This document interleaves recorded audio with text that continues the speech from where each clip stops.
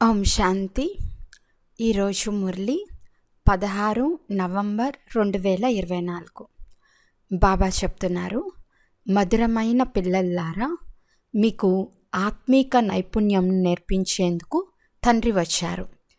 ఆ టెక్నిక్ ద్వారా మీరు సూర్య చంద్రులను కూడా దాటుకుని పరంధామానికి వెళ్తారు. ప్రశ్న: సైన్స్ దర్పణానికి శాంతి దర్పణానికి గల వ్యత్యాసం ఏది? జవాబు: సైన్స్ గర్విష్ఠులు చంద్రుడు నక్షత్రాల పైకి వెళ్ళేందుకు ఎంతో ఖర్చు చేస్తున్నారు. శరీరాన్ని కూడా కష్టంతో తీసుకెళ్తారు. వారికి రాకెట్ ఎక్కడ ఫెయిల్ అవుతుందోనని భయం ఉంటుంది.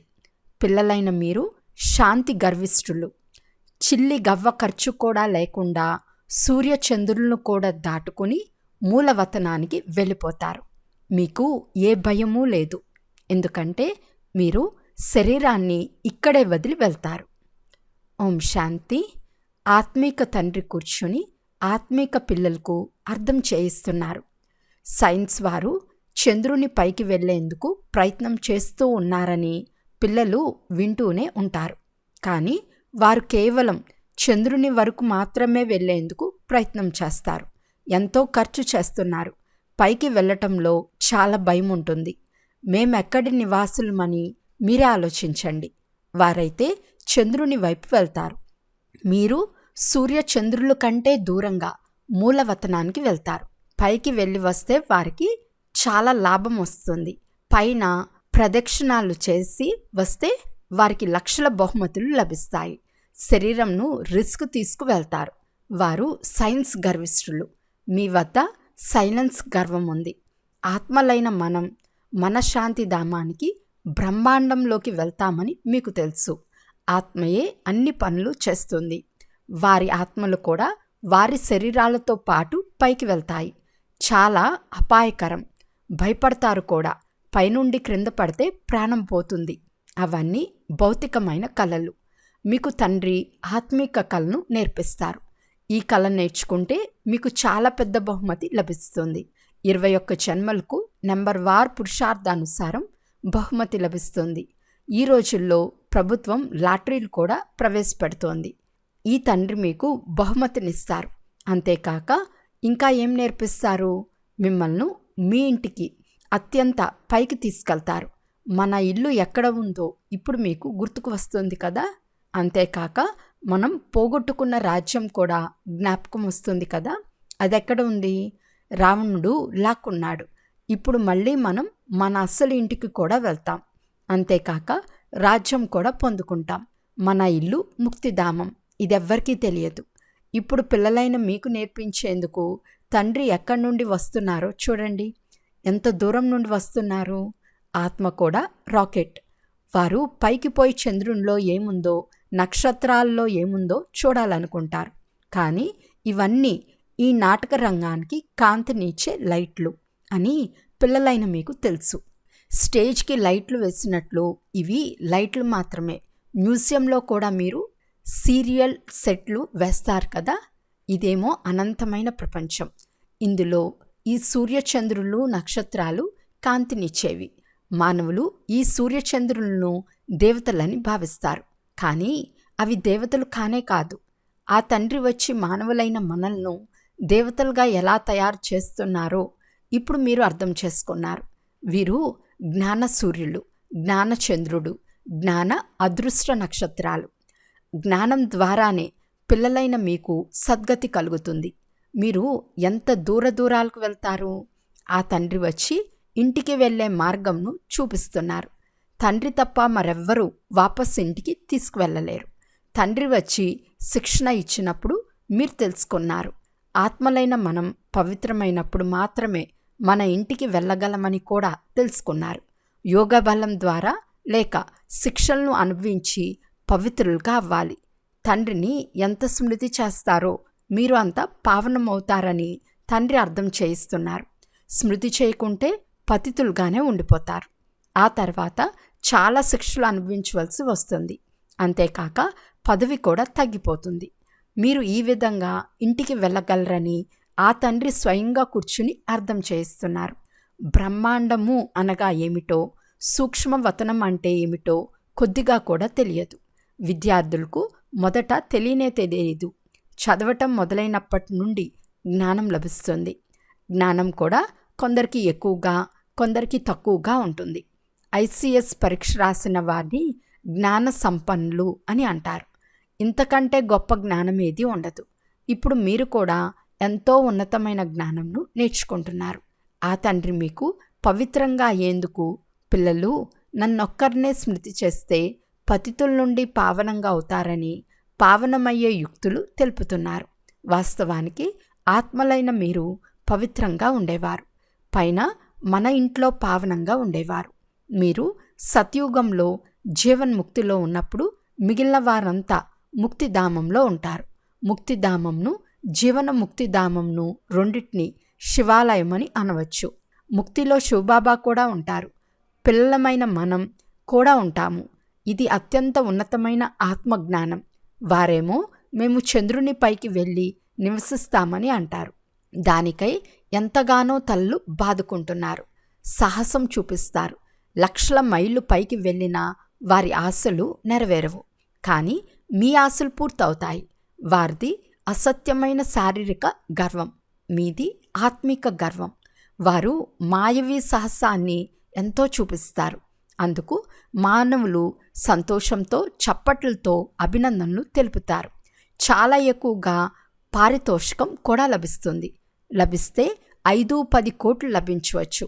కానీ వారికి లభించిన ధనమంతా సమాప్తమవుతుందని, వినాశీ ధనమని పిల్లలైన మీకు తెలుసు. మిగిలింది చాలా కొద్ది సమయమేనని అర్థం చేసుకోండి. ఈరోజు ఏముంది, రేపేమవుతుంది? ఈరోజు మీరు నరకవాసులు, రేపు స్వర్గవాసులుగా అవుతారు. సమయం ఎక్కువగా పట్టదు. వారిది శారీరకమైన భౌతిక శక్తి, మీది ఆత్మిక శక్తి.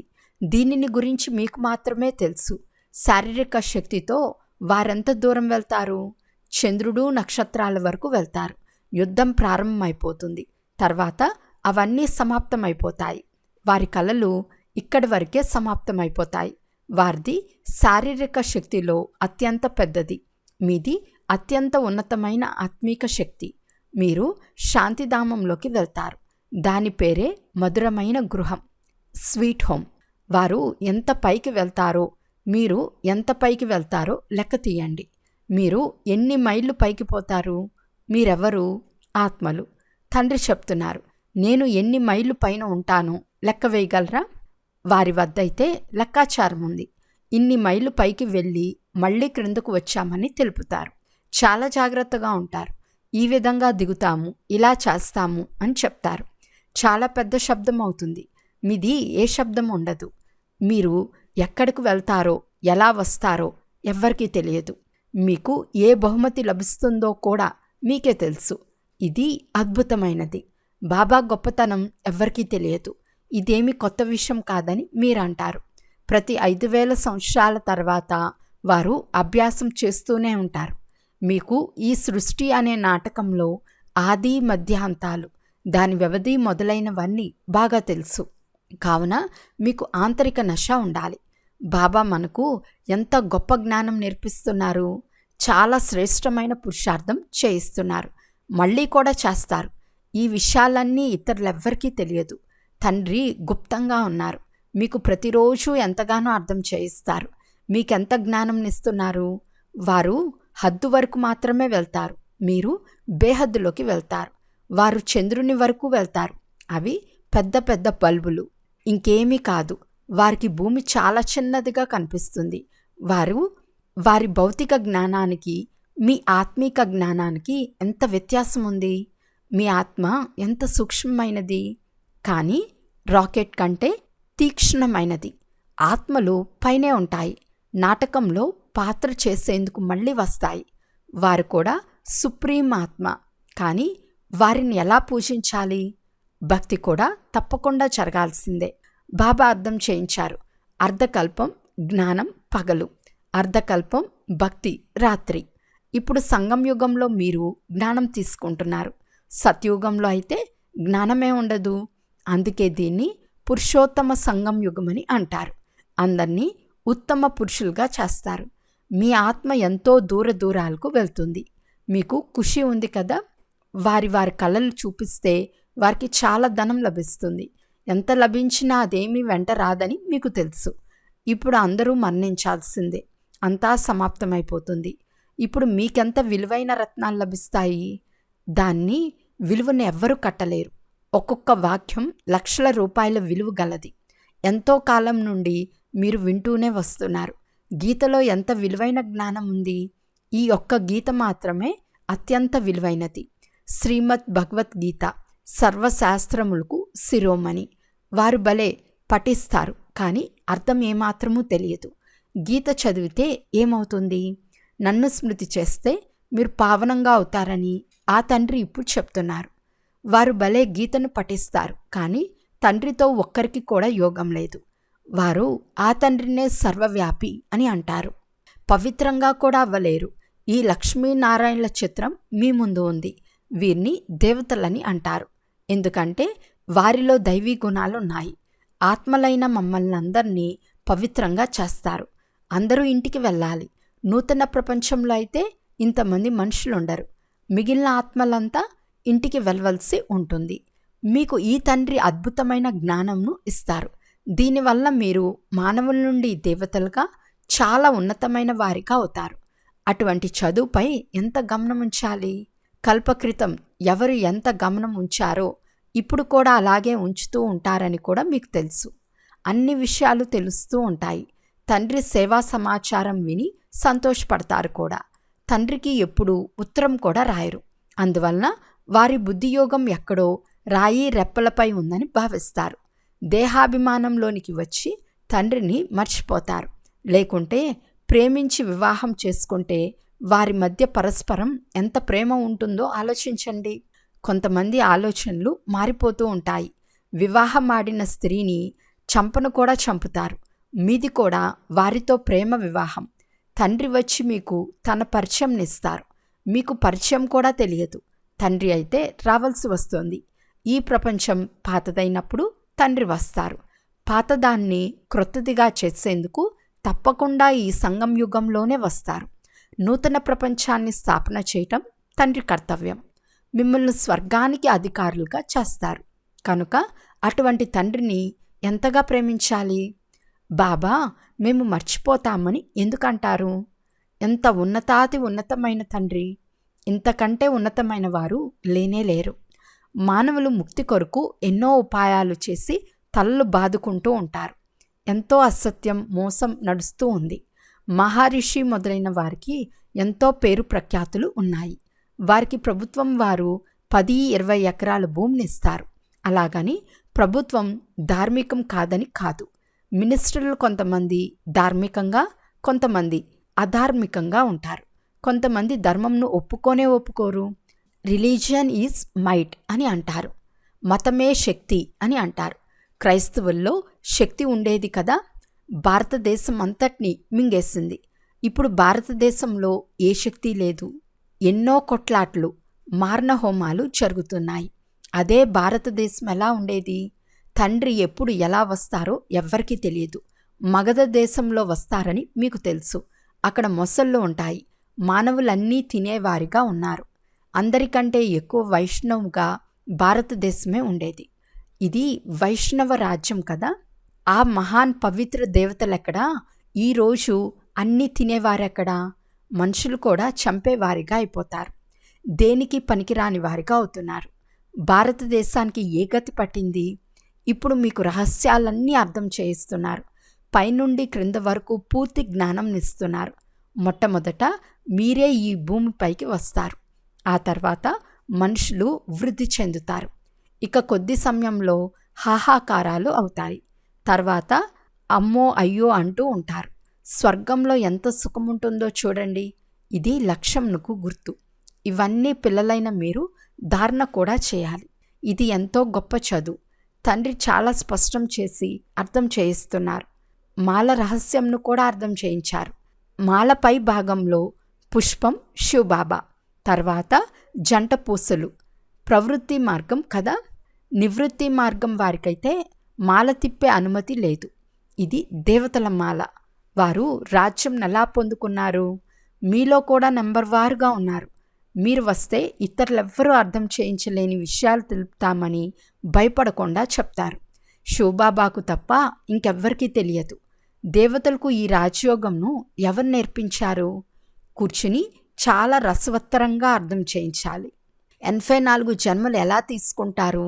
దేవతలు, క్షత్రియులు, వైశ్యులు, శూద్రులుగా ఎలా అవుతారో తండ్రి ఎంతో సహజంగా జ్ఞానం తెలుపుతున్నారు. పవిత్రంగా కూడా అవ్వాలి. అప్పుడే ఉన్నత పదవిని పొందుతారు. విశ్వమంతటా శాంతి స్థాపన చేసేవారు మీరే. ఆ తండ్రి మీకు రాజ్యభాగ్యంను ఇస్తారు. వారు దాత కదా. వారు ఏమీ తీసుకోరు. మీరు చదువుకున్న దానికి ఇది బహుమతి. ఇటువంటి బహుమతి ఇతరులెవ్వరూ ఇవ్వలేరు. ఇటువంటి తండ్రిని ప్రీతిగా ఎందుకు స్మృతి చేయరు? లౌకిక తండ్రినైతే జనమంతా గుర్తుంచుకుంటారు. పారలౌకిక తండ్రిని ఎందుకు స్మృతి చేయరు? తండ్రి తెలిపిస్తున్నారు, ఇది యుద్ధ మైదానం. పవిత్రంగా అయ్యేందుకు సమయం పడుతుంది. యుద్ధం పూర్తయ్యే వరకు సమయం పడుతుంది. అంతేగాని ప్రారంభంలో వచ్చిన వారు పూర్తి పావనంగా అవుతారని కాదు. తండ్రి చెప్తున్నారు, మాయతో యుద్ధం చాలా తీవ్రంగా జరుగుతుంది. మంచి మంచి వారిని కూడా మాయ జయిస్తుంది. మాయ అంత శక్తివంతమైనది. క్రింద పడిన వారు మురళి కూడా వినలేరు. సెంటర్కే రాకుంటే వారికి ఎలా తెలుస్తుంది? మాయ ఒక్కసారిగా పైసాకు కొరగాకుండా చేసేస్తుంది. మురళి వింటూనే కదా మేల్కునేది. మురికి పనులు చేస్తూ ఉంటారు. ఎవరైనా తెలివిగల పిల్లలు మాయతో వారు ఎలా ఓడిపోయారో అర్థం చేయించాలి. బాబా మీకు ఏం వినిపిస్తున్నారు?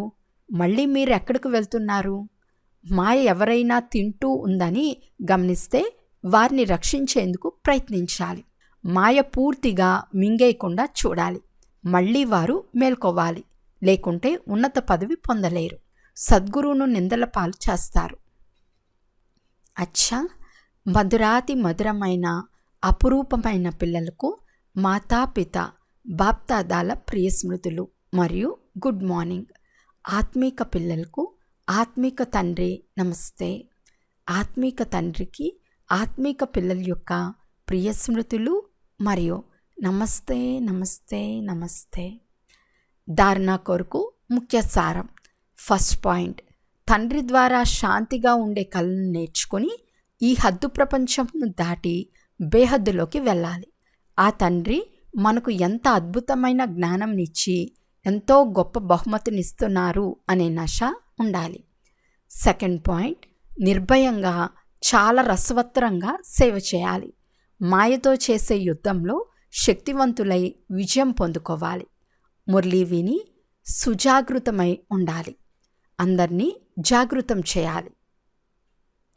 వరదానము, పరమ పూజ్యులుగా అయి పరమాత్మ ప్రేమ యొక్క అధికారాన్ని ప్రాప్తి చేసుకునే సంపూర్ణ స్వచ్ఛ ఆత్మా భవ. నేను పూజ్య ఆత్మను. ఈ శరీరం అనే మందిరంలో వీరాజమానమై ఉన్నాను. సదా ఈ స్మృతిని జీవితంలోకి తీసుకురండి. ఇటువంటి పూజ్య ఆత్మలే అందరికీ ప్రియంగా ఉంటారు. వారి జడమూర్తులు కూడా అందరికీ ప్రియమనిపిస్తాయి. భలే, ఎవరైనా పరస్పరం కొట్లాడుకున్నా విగ్రహాలను ప్రేమిస్తారు. ఎందుకంటే వారిలో పవిత్రత ఉంది కనుక. నా మనసు బుద్ధి సంపూర్ణ స్వచ్ఛంగా అయిందా? కొంచెం కూడా అస్వచ్ఛత మిక్స్ అవ్వలేదు కదా అని స్వయాన్ని ప్రశ్నించుకోండి. ఎవరైతే ఇలా సంపూర్ణ స్వచ్ఛంగా ఉంటారో వారు పరమాత్మ ప్రేమకు అధికారులు. స్లోగన్, జ్ఞాన ఖజానాను స్వయంలో ధారణ చేసి ప్రతి సమయం ప్రతి కర్మను తెలివితో చేసేవారే జ్ఞానయుక్త ఆత్మలు. అచ్చా, ఓం శాంతి.